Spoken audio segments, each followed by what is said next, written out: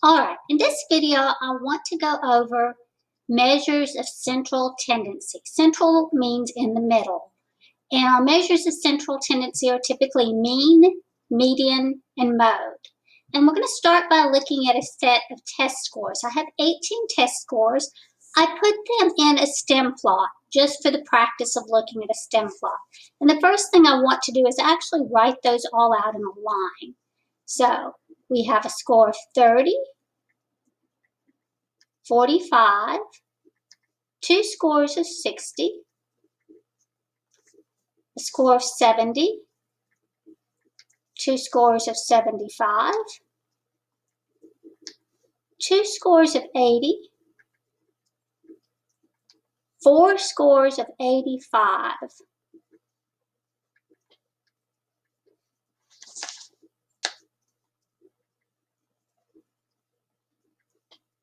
a 90, a 95, and 2 100s.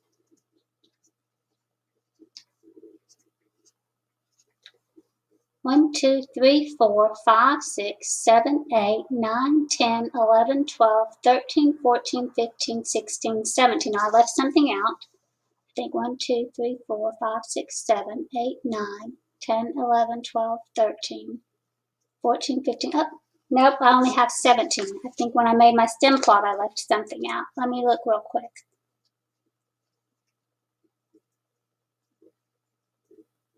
Oh, I left out the 65. There's a 65 right there. So I need to squeeze that in.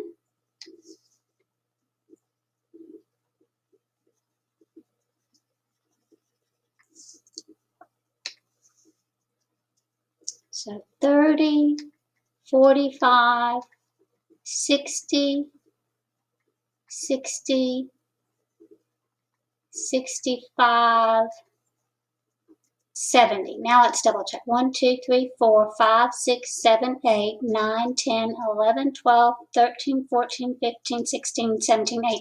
So there's my 18 test scores. There's a lot we can get. Let's start by getting the median. Median means middle.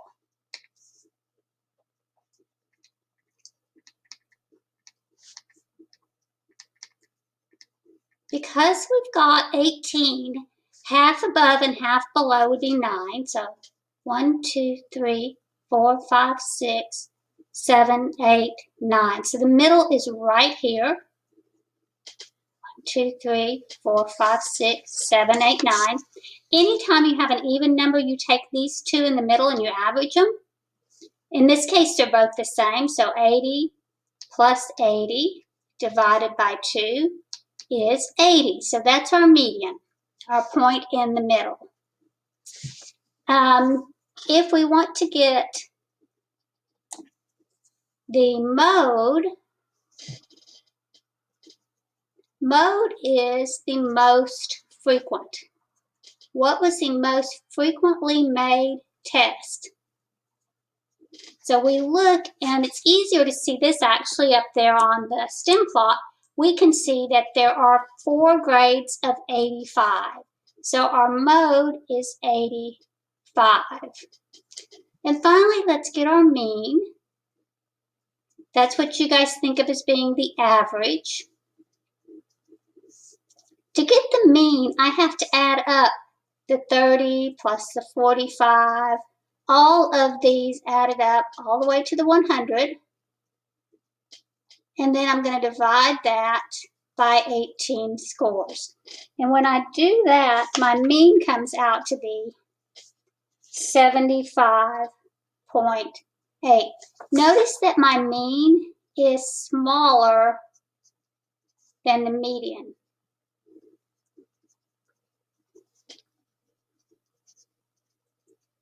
If the mean is less than the median, this is going to be what we call a left skewed mean. The mean, when we graph it, the mean is left of the median.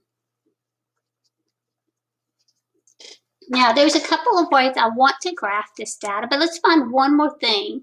Let's talk about the range. Actually, let's find several more things. The range is the highest minus the lowest. So 100 minus 30 is 70. That just tells us how spread out our data was. If our highest grade had been 85 and our lowest grade had been 75, then our range would have only been 10 points. Everybody's grade would have fallen within that 10-point range, but it didn't. So, median is middle, mode is most frequent, the mean is the average. If the mean is smaller than the median, you will be left skewed. If the mean is greater than the median, you'll be right skewed. Let's go on to some other data that's going to be useful when we want to do our box and whisker plots, or box plots. And that's the idea of the first quartile or the lower quartile. It's called Q1. And Q1 is the middle of the lower half. In this case, our lower half of the data has 9 points. So 1, 2, 3, 4, 5, 6, 7, 8, 9. This will be Q1.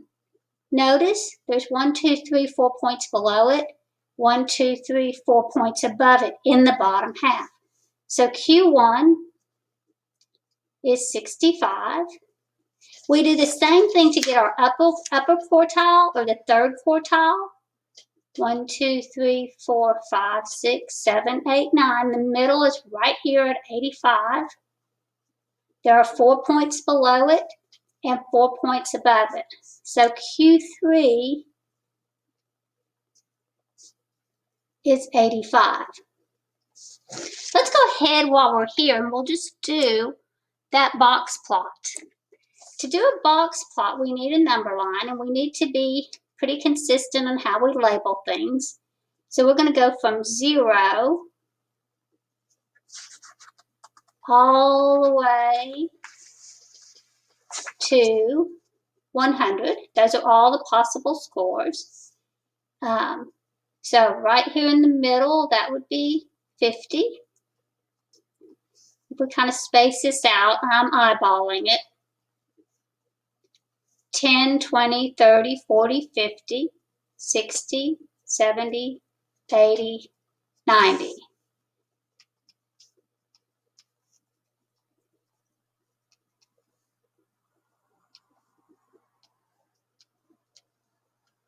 So we need to make some lines. I'm a little crowded here. I'm going to make my box plot in this purple color. The minimum score was a 30. I'm going to put my first line right there. The first quartile is 65, so right in the middle between 50 and 65. The median is 80. The third quartile is 85. And our maximum score is 100. So our box plot looks like this. It makes a box from Q1 to Q3. I'll make my box a little taller.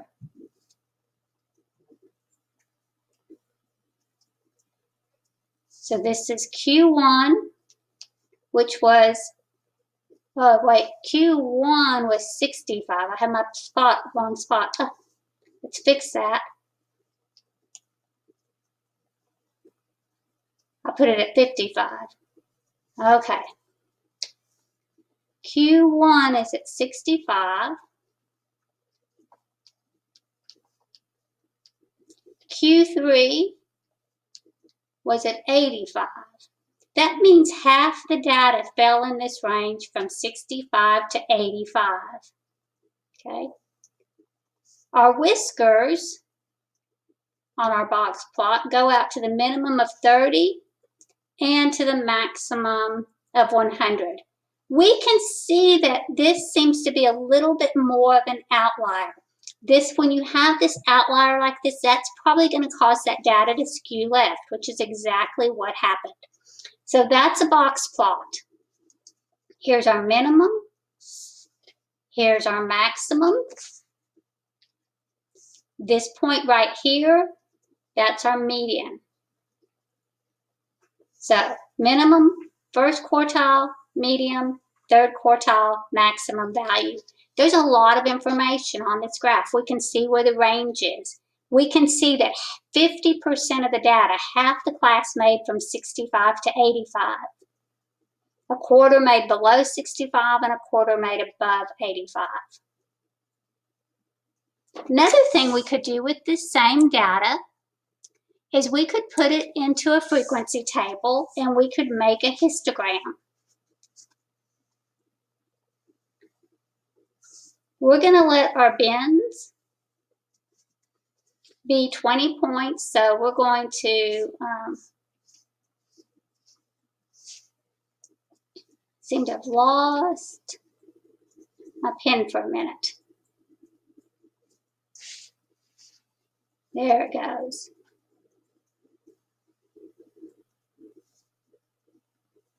So here's our bins, and here's our frequency.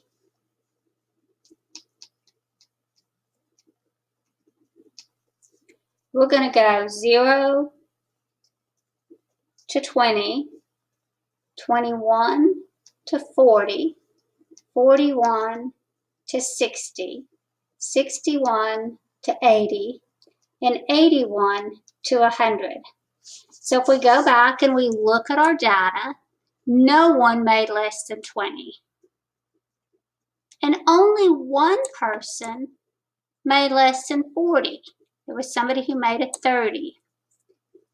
When you do 41 to 60, we can see that there were 2 people that made a 60.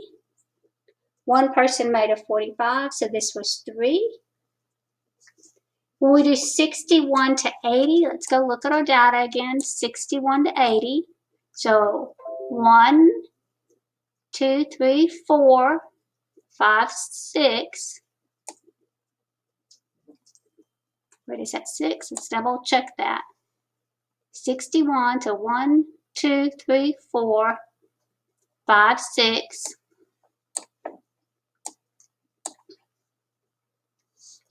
And then 81 to 100. 1, 2, 3, 4, 5, 6, 7, 8. Whoa. Let's double check and make sure that our total is right. That's 4, 10, yep, that's 18, so we did it right. Let's make a histogram. I'm going to make a histogram, 4 bars. There's 20, 40, 60, 80, 100. And we're going to include the ranges 0 to 20. We're including the endpoints. Usually we don't, but we are this time. And the highest frequency is 8. So 1, 2, 3, 4, 5, 6, 7, 8. So 0 to 20, that is 0. We're not going to see anything. 21 to 40, that's 1. 41 to 60, that's 3. And I know this is kind of a rough looking graph. 60 to 80 is 6, so way up here to 6. And then finally 80 to 100 is 8. All right, that definitely looks left skewed. Now I know that's not intuitive because the hill is on the right. If the hill is to the right, you will be skewed left. In our case, our median was 80. So right here, this is where our median was.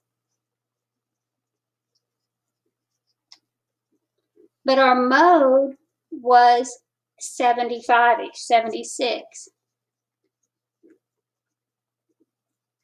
Okay.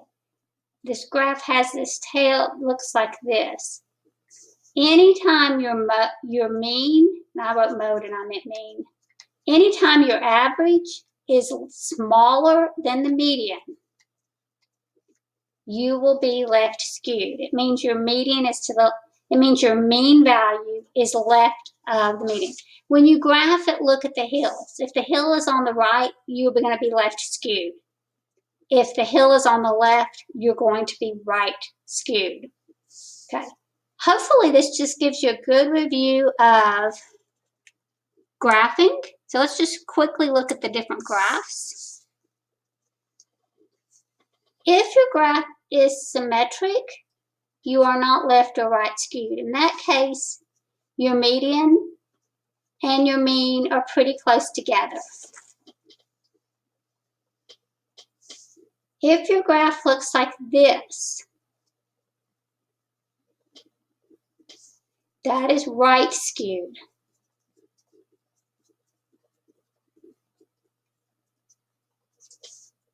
That means your median's up here somewhere, but your mean is to the right of it. And of course, the one we did up above was left skewed. All right, I think I'm going to stop here, but hopefully you'll feel comfortable with mean, median, mode, the first quartile and the third quartile, what this box and whiskers plot looks like, and the fact that basically you have a fourth of your data here, a fourth here, a fourth here, and a fourth here. It lets you see visually how the data is spread out. Okay, I'm going to stop recording for now, and I'm going to make a quiz over this. I hope you do well on it.